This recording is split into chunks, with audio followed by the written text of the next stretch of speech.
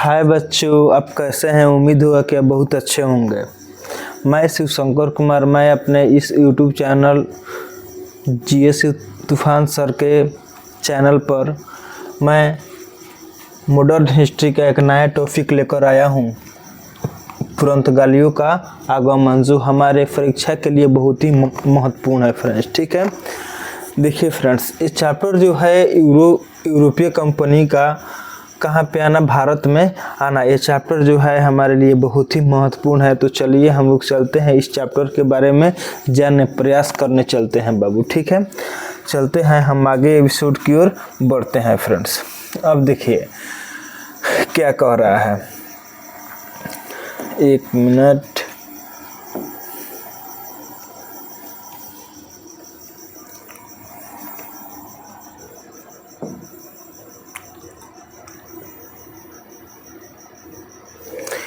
देखिए कह रहा है, मध्यकाल में भारत को पश्चिम देशों से जोड़ने वाले दो समुद्री मार्ग थे फ्रेंड्स। को मार्ग थे, दो गो मार्ग थे फ्रेंड्स। ठीक है, फारस की खाड़ी वाला मार्ग, एक जो मार्ग था वो कौन मार्ग था, फारस की खाड़ी वाला मार्ग था, और एक मार्ग था जो फ्रेंड्स था, और एक मार्ग था लाल सागर वाला मार्ग था। ठीक है फ्रेंड्स, अब देखिए कह रहा है, ज़्यादा व्यापार फारस की खाड़ी से जाने वाले मार्ग से होता था, जिसे अधिक प्राथमिकता दी जाती थी, क्योंकि दो कारणों से लाल सागर का मार्ग दुष्कर था।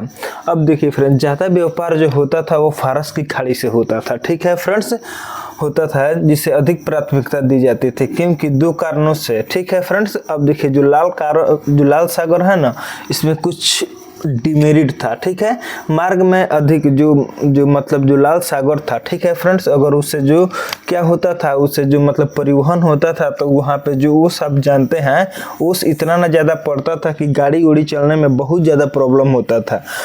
दूसरा मार्ग था जो चट्टानों का। ठीक है, मार्ग में चट्टानों का पड़ना, जब हवाई जहाज जब जहाज चलता था ना, तो उसमें जो चट्टान था, चट्टान टकरा जाता था, जिसके चलते हवाई जहाज क्या होता था, उसी में रह जाता था। इसी कारण ये दुष्कार था। ठीक है फ्रेंड्स, एशिया में यूरोप को जाने वाली वस्तुएं अनेक राज्यों एवं मार्गों से होकर गुजरती थी, और हर राज्य को चुंगी और मार्ग कर देने पड़ते थे। ठीक है फ्रेंड्स, एशिया में यूरोप को, ठीक है, जो भी यूरोपीय व्यापारी थे, ठीक है फ्रेंड्स, अगर उन्हें एशिया में जाना होगा, एशिया महादेश में जाना पड़ता था, तो वस्तुएं अनेक राज्यों एवं मार्गों से होकर, जो वस्तु ले जाते थे उनको अनेक राज्यों एवं मार्गों से होकर ले जाते थे। ठीक है फ्रेंड्स, ले जाते थे, जिन्हें उनको चुंगी देनी पड़ती थी। चुंगी का अर्थ होता है जो मतलब टैक्स होता है, वो देना पड़ता था। ठीक है, और जो मार्ग था, तो मार्ग का भी टैक्स देना पड़ता था। एक सामान का टैक्स उनको देना पड़ता था, और एक मार्ग का टैक्स भी उन्हें देना पड़ता था फ्रेंड्स। ठीक है, अब देखिए, अब आगे चलते हैं फ्रेंड्स। ठीक है,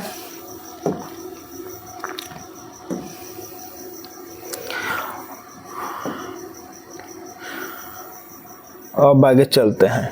ये देखिए फ्रेंड्स, ये जो है फारस की खाड़ी है फ्रेंड्स। ये कौन है, ये फारस की खाड़ी है हमारा। ये कौन है, फारस की खाड़ी है।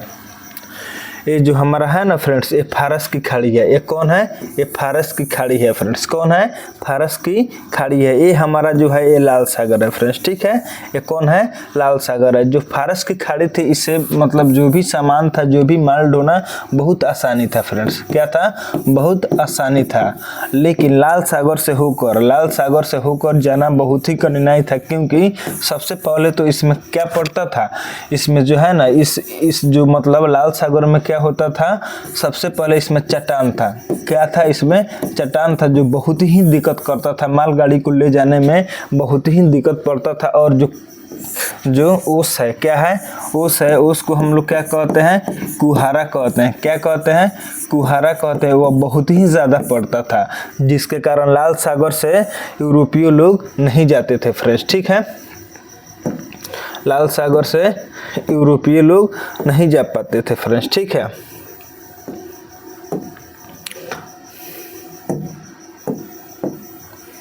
नहीं जा पाते थे। ठीक है, तो इसलिए जो हमारा लाल सागर था वो हमारे लिए नगण्य था, और जो फारस की खाड़ी था वो बहुत ही महत्वपूर्ण था फ्रेंड्स। ठीक है, अब आगे चलते हैं फ्रेंड्स।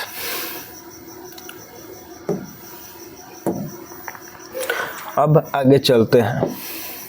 अब क्या कह रहा है फ्रेंड्स, देखिए अब क्या कह रहा है कि यूरोप के व्यापार में इटली के व्यापारियों का एकीकरण था। जो यूरोप का व्यापार था ना फ्रेंड्स, तो उसमें इटली के व्यापारियों का क्या था, इटली के व्यापारियों का एक अधिकार था। इसके कारण यूरोप के नवीन राज्य व्यापार से वंचित था। जो यूरोप के नवीन राज्य थे फ्रेंड्स, जो यूरोप के नवीन राज्य थे, नए नए राज्य थे ना, तो वो क्या थे, मतलब वो व्यापार से वंचित थे फ्रेंड्स। वो क्या थे, व्यापार से वंचित थे। ठीक है फ्रेंड्स, इसलिए 1453 ईस्वी में तुर्कों ने 1453 ईस्वी में तुर्कों ने कुस्तुतुनिया की विजय पर ऑटोमन साम्राज्य की स्थापना की। ठीक है फ्रेंड्स, और फारस की खाड़ी वाले मार्ग पर इनका नियंत्रण हो गया। ठीक है, तुर्कों ने क्या किया फ्रेंड्स, यूरोप के व्यापारियों जो था ना, वो इटली के व्यापारियों का अधिकार था। ठीक है, इसलिए क्या किया तुर्की ने क्या किया, कुस्तुतुनिया के विजय कर ऑटोमन साम्राज्य की स्थापना की और फारस की खाड़ी वाले मार्ग पर अपना नियंत्रण को क्या किया, स्थापित कर लिया। और फिर तुर्कों ने इस क्षेत्र से होने वाले यूरोपीय व्यापार में दिक्कतें पैदा करने लगे। क्या हुआ, 1453 ईस्वी में तुर्कों ने क्या किया, कुस्तुतुनिया पर विजय प्राप्त करके ऑटोमन साम्राज्य की स्थापना कर दी। और जो ऑटोमन साम्राज्य की स्थापना की और जो फारस की खाड़ी है ना, तो उसको तुर्कों का क्या हो गया, अपना अधिकार जमा लिया। जब अपना अधिकार तुर्कों ने जमाया तो क्या किया, यूरोप के व्यापारियों को आने जाने से क्या कर दिया, मना कर दिया फ्रेंड्स। क्या कर दिया, मना कर दिया। अब क्या हुआ, भौगोलिक खोजों एवं व्यापारिक मार्गों के आविष्कार में पुर्तगाल अग्रणी थे। यहाँ का शासन प्रिंस हेनरी द नेविगेटर ने इस कार्य में महत्वपूर्ण योगदान दिया। अब देखिए फ्रेंड्स, उस समय में क्या हुआ था, पुर्तगाल में पुनर्जागरण काल का शुरुआत हो चुका था। ठीक है फ्रेंड्स, पुनर्जागरण काल का अर्थ क्या होता है, किसी भी देश में नए नए चीज़ों का आविष्कार होना, ये सब क्या कहलाता है, पुनर्जागरण काल कहलाता है। तो उस समय क्या हुआ था, भौगोलिक खोज के लिए पुर्तगाल में क्या हुआ था, पुनर्जागरण काल का क्या हुआ था, शुरुआत हो चुका था फ्रेंड्स। ठीक है, पुनर्जागरण काल का शुरुआत हो चुका था। ठीक है फ्रेंड्स, अब देखिए यहाँ का जो शासक था, जो पुर्तगाल का शासक था, प्रिंस था, जो उन्होंने महत्वपूर्ण योगदान दिया। ठीक है फ्रेंड्स, महत्वपूर्ण योगदान दिया। अब देखिए, अब आगे चलते हैं। ठीक है फ्रेंड्स, अब देखिए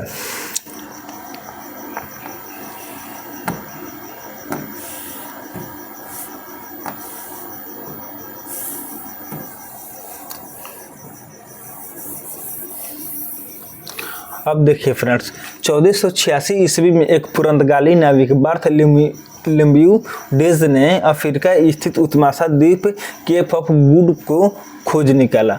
अब क्या किया, 1486 ईस्वी में एक पुर्तगाली नाविक था बार्थ ने क्या किया, एक पुर्तगाली नाविक बार्थ ने क्या किया, केप ऑफ गुड होप में उत्मासा द्वीप है। ठीक है, इसी द्वीप को क्या किया, खोज निकाला फ्रेंड्स। ठीक है, इसी द्वीप को खोज निकाला। ठीक है फ्रेंड्स, 1492 ईस्वी में स्पेन की सहायता से कोलंबस नामक, देखिए यहाँ पे नामक रहेगा, कोलंबस नामक एक नाविक भारत की खोज के लिए अटलांटिक महासागर में जोखिम से भरा यात्रा प्रारंभ की। अतः इसने अमेरिका की खोज की। अब देखिए फ्रेंड, 1492 ईस्वी में फ्रेंड्स, 1492 ईस्वी में स्पेन की सहायता से कोलंबस नामक एक नाविक ने भारत को खोज निकाला। ठीक है, अटलांटिक महासागर से होते हुए कहाँ आया, जोखिम से भरा रास्ता प्रारंभ की। ठीक है फ्रेंड्स, और वह भारत आने की चेष्टा की, लेकिन वो जो अटलांटिक महासागर था, अटलांटिक महासागर में इतना ना ज़्यादा तूफान था कि उस तूफान के चलते क्या हुआ, उसका जो मतलब मार्ग है, जो डायरेक्शन है, वो क्या हो गया, चेंज होने के कारण उन्होंने अमेरिका में जाके पहुंचा। ठीक है, जब वहाँ गया तो उसको लगा कि अब हम भारत में आ गए, लेकिन वो आँख खोलकर देखा तो वो अमेरिका के तट पर था, स्थित था फ्रेंड्स। ठीक है, अब देखिए 1498 ईस्वी में एक पुर्तगाली, ठीक है, एक 1458 ईस्वी में 1458 ईस्वी में 1458 ईस्वी में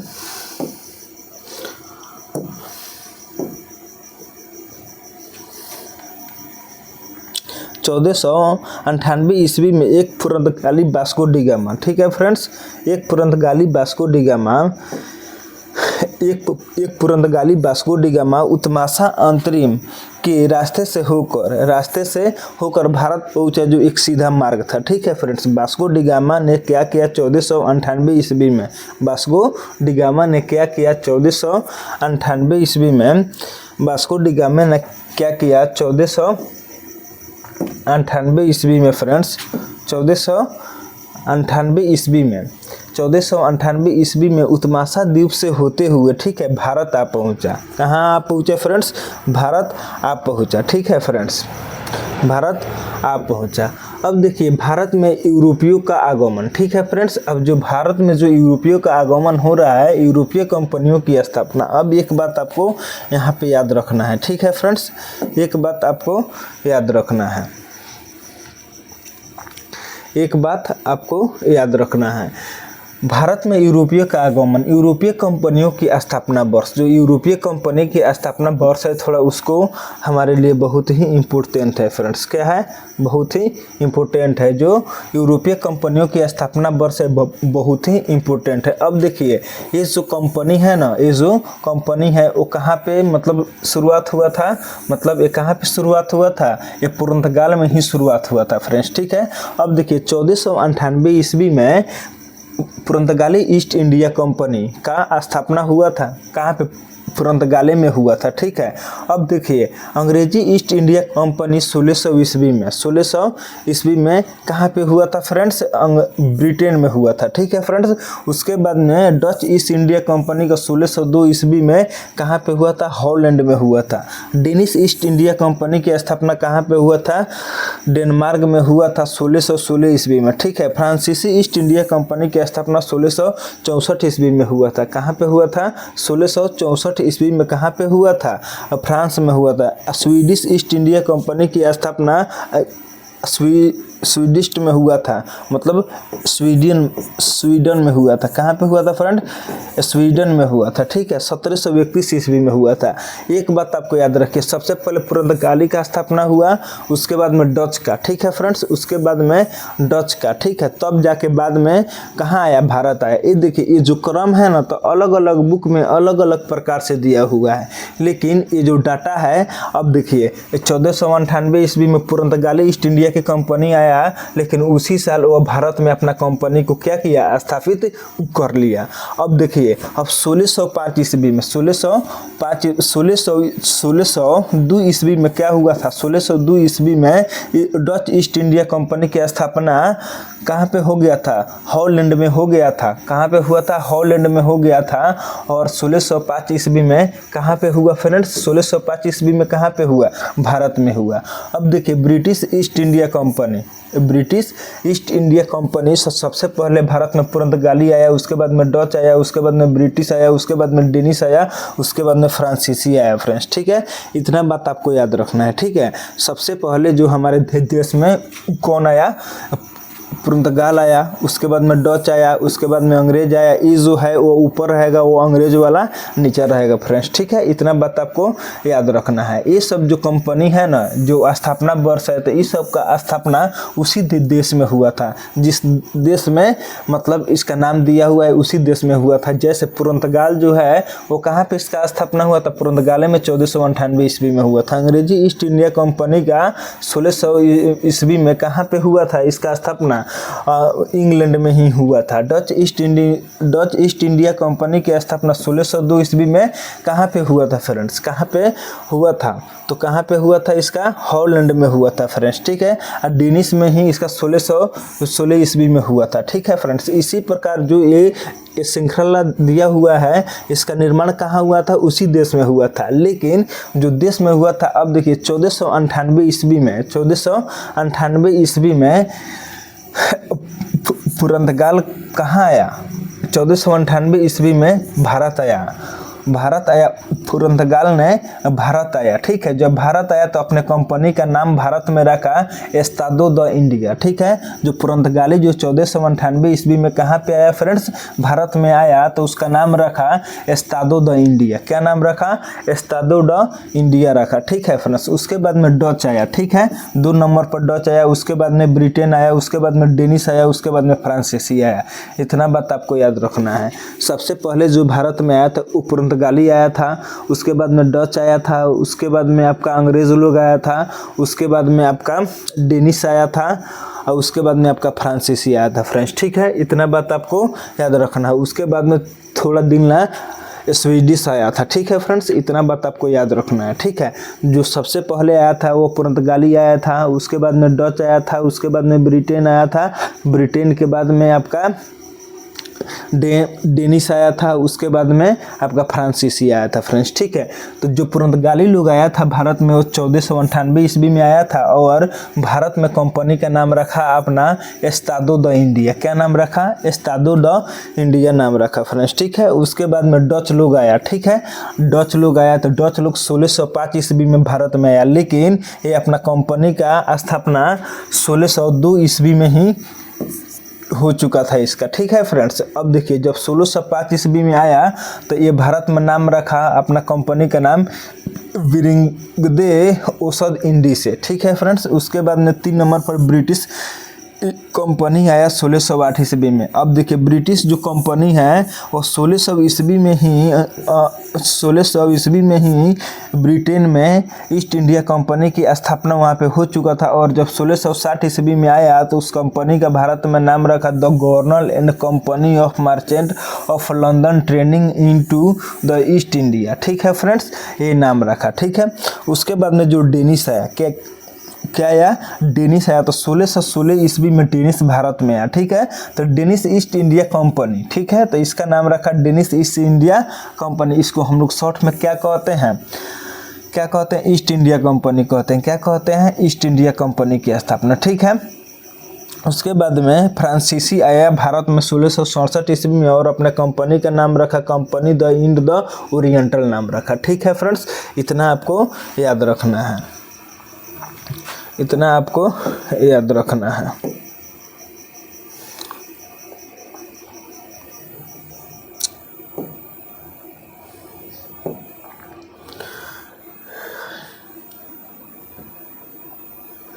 इतना आपको याद रखना है फ्रेंड्स, ठीक है।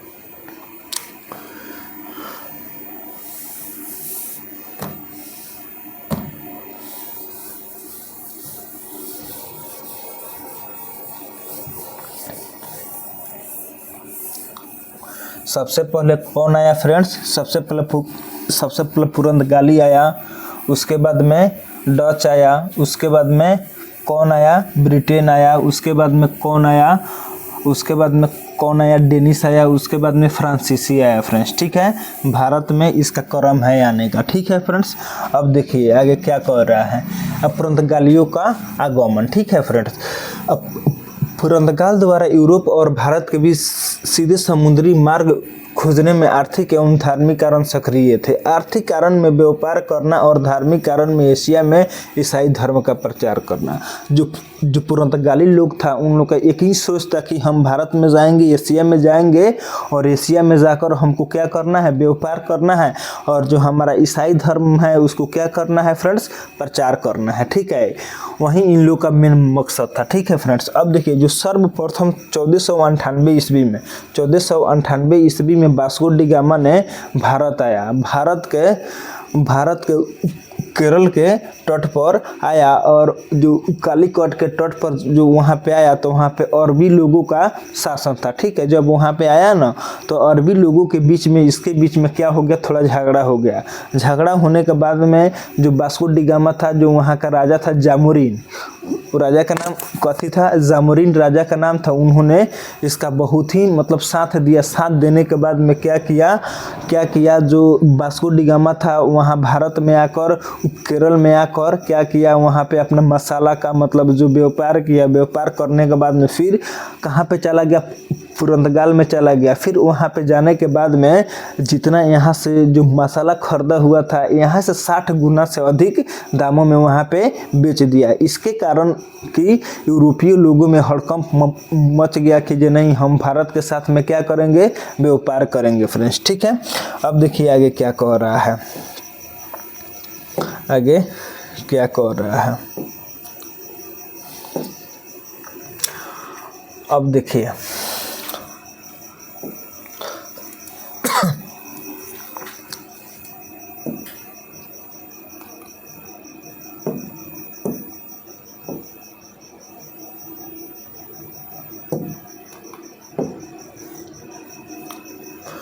अब देखिए फ्रेंड्स क्या कह रहा है। 1500 ईस्वी में अल्वारेज क्रेवल के नेतृत्व में पुर्तगालियों का दूसरा अभियान दल भारत आया। ये सभी मसाला आदि लेकर पुर्तगाल पहुंचा, ठीक है। 1498 ईस्वी में फ्रेंड 1498 ईस्वी में जो पुर्तगाल था, ठीक है। 1498 ईस्वी में अल्वारेज के नेतृत्व में पुर्तगाली का दूसरा दल कहाँ पे आता है, भारत में आता है। भारत में आने के बाद में मसाला का व्यापार करके फिर वहाँ पे चला जाता है, ठीक है फ्रेंड्स। अब क्या होता है, 1502 ईस्वी में वास्को डी गामा पुनः भारत आया और इसी वर्ष इसने कोचीन में क्या किया, पुर्तगालियों का प्रथम फैक्ट्री की स्थापना की, अर्थात भारत में अपना पहला पुर्तगाली बस्ती बसाई, ठीक है फ्रेंड्स। अब देखिए 1500 फिर आता 1498 ईस्वी में जब वास्को डी गामा आया फिर चला गया, तो फिर आया 1502 ईस्वी में। जब 1502 ईस्वी में आया तो उन्होंने सबसे पहले क्या किया, ये जो कोचीन है ना, ये कहाँ पे है, केरल में स्थित है फ्रेंड्स। कहाँ पे स्थित है, केरल में स्थित है। तो यहाँ पे आकर उसने क्या किया, अपना एक बस्ती बसाया, अपना एक फैक्ट्री बनाया, ठीक है फ्रेंड्स। 1505 ईस्वी में फ्रेंड्स 1505 ईस्वी में पुर्तगाली सरकार ने एक नई नीति अपनाई जिसके द्वारा भारत में एक और गवर्नर की नियुक्ति की गई। इस संदर्भ में पहला गवर्नर अल्मीडा बना। पूछता है कि बताइए भारत का जो पुर्तगाली लोग आया था उसमें जो भारत का पहला जो गवर्नर बना था उसका नाम क्या था, तो उसका नाम था अल्मीडा नाम था, ठीक है फ्रेंड्स। ये भारत का पहला गवर्नर जनरल, ये भारत का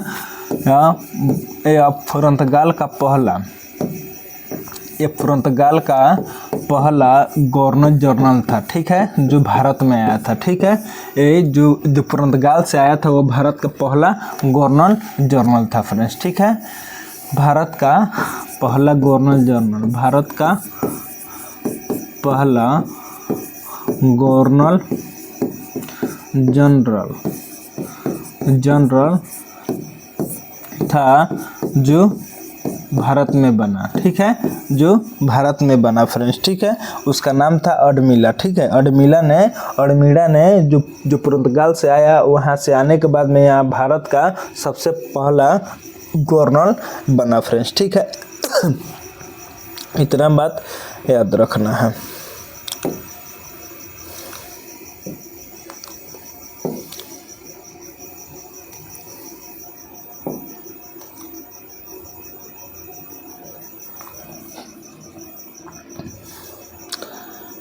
इतना बात याद रखना है फ्रेंड्स, ठीक है।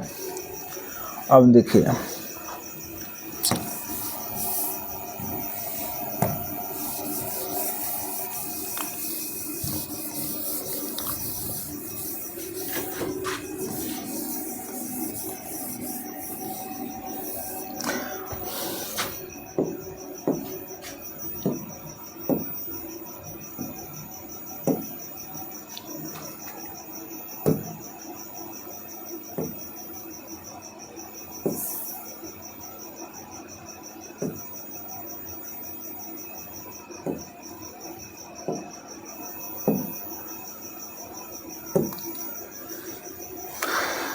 अब देखिए पुर्तगालियों का आगमन, ठीक है फ्रेंड्स। अल्मीडा जो आया जो 1505 ईस्वी में कहाँ पे आया, भारत में आया और 1509 ईस्वी में तक यहाँ पर रहा। अल्मीडा ने कोचिंग में दुर्गीकरण कराया। अब देखिए दुर्गीकरण का अर्थ क्या होता है फ्रेंड्स। दुर्गीकरण का अर्थ होता है चारों तरफ से घेराबंदी कराना, ठीक है, तथा अपना मुख्यालय बनाया, ठीक है। जो कोची जो है ये कहाँ पे स्थित है, एक केरल में स्थित है फ्रेंड्स। कहाँ पे स्थित है, केरल में स्थित है। कहाँ पे स्थित है, केरल में स्थित है। और अडमिना ने क्या किया, उसका दुर्गीकरण कराया, अर्थात चारों तरफ से मतलब उसको घेरवा दिया, ठीक है फ्रेंड्स। अब देखिए 1508 से 9 ईस्वी में इसने गुजरात, मिस्र और तुर्की के संयुक्त मुस्लिम जलबेड़े को पराजित कर द्वीप पर अधिकार कर लिया। 1505-8 ईस्वी में 1508-9 ईस्वी में इसने गुजरात, मिस्र और तुर्की के जो संयुक्त मुस्लिम जलबेड़े थे, मतलब जो जल का हवाई जहाज मतलब पनिया जहाज था, उसको क्या किया, उसको हरा कर क्या किया, द्वीप पर अधिकार कर लिया, ठीक है फ्रेंड्स। अल्बुकर्क। अब आता है अल्बुकर्क। अल्बुकर्क जो 1509 से 1515 ईस्वी तक रहता है, उसके बारे में थोड़ा जान लीजिए फ्रेंड्स, ठीक है, उसके बारे में थोड़ा आदमी जान ले। अल्बुकर्क भारत में पुर्तगाली साता का वास्तविक संस्थापक था। जो अल्बुकर्क था, एग्जाम में कई बार पूछा हुआ है कि बताइए जो पुर्तगाली साता का वास्तविक संस्थापक का नाम क्या है, कौन था, तो ये कौन होगा, अल्बुकर्क होगा फ्रेंड्स, ठीक है। इसने 1510 ईस्वी में बीजापुर से गोवा को जीत लिया और क्या किया, किलेबंदी करवा दी। किलेबंदी का अर्थ क्या होता है, चारों तरफ से बहुत ही मजबूत ढंग से क्या करना,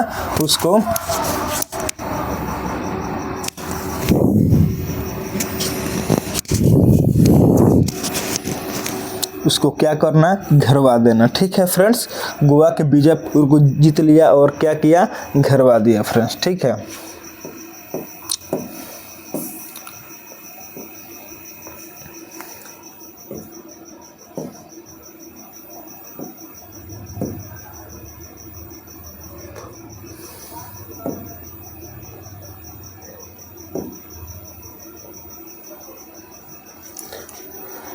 अब देखिए फ्रेंड्स, वास्को डी गामा का आगमन। फिर वास्को डी गामा 1524 ईस्वी में आता है और 29 ईस्वी तक यहाँ गवर्नर जनरल रहता है, ठीक है फ्रेंड्स।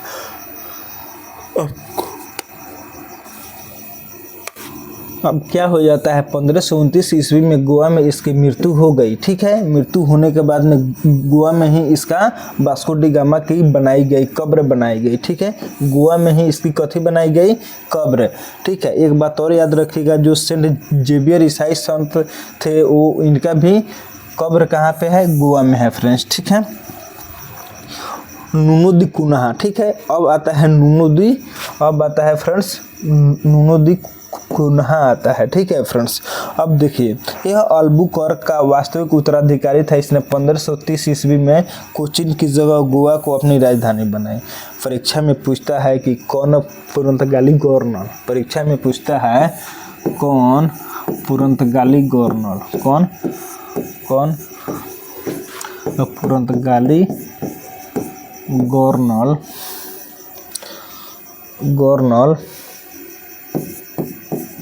गवर्नर कोचीन की जगह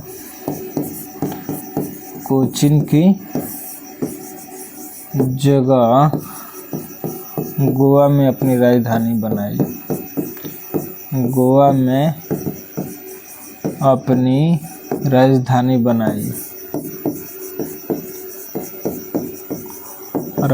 बनाई, तो इसका आंसर क्या होगा, नूनो दो कुनहा। ये जो लाश है, किसका लाश है फ्रेंड्स, ये वास्को डी गामा का क्या है, मृत्यु का पात्र है, ठीक है फ्रेंड्स। अच्छा, एक बात और याद रखिएगा, जो वास्को डी गामा था वो पेशे से वो क्या था, वो सिपाही में कमांडर था, क्या था, कमांडर था फ्रेंड्स, ठीक है। इतना बात आपको याद रखना है।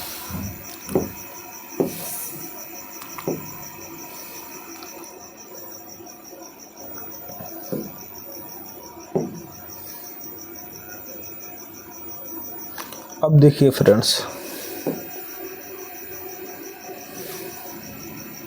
नूनो दी कुनहा के बारे में।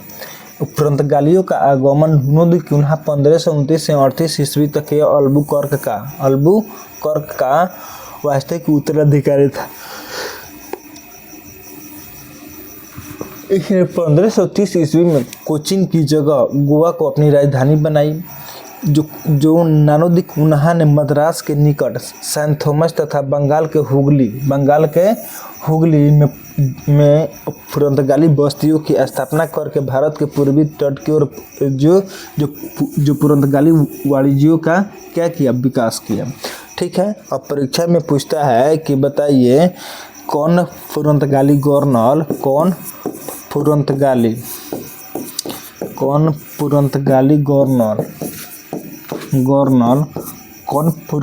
गवर्नर। ठीक है फ्रेंड्स, अब बंगाल के हुगली नदी पर अपना बस्ती बनाया। बंगाल के हुगली नदी पर अपना बस्ती बनाया तो इसका नाम क्या होगा, नानुदी कुन्हा होगा। ठीक है, ये मद्रास में भी बनाया था फ्रेंड्स। ठीक है, इतना बात आपको याद रखना है।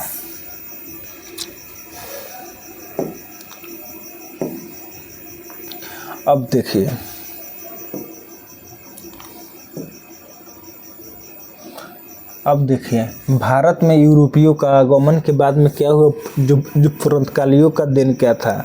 अब तो यहाँ का पुर्तगाल जो था, वास्को डी गामा था, अल्बुकर्क था, अल्मीड़ा था, ये सब तो भारत से लूट कर ले ही गया, लेकिन कुछ ये भारत को देकर भी गया।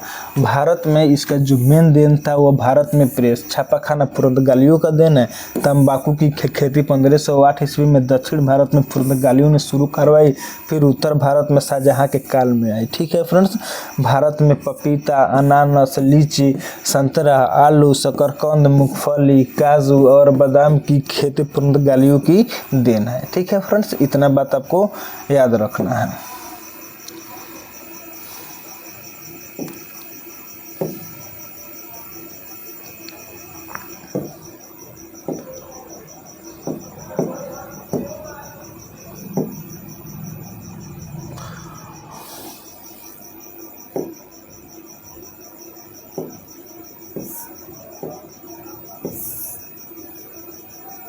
अब देखिए फ्रेंड थोड़ा शॉर्ट में,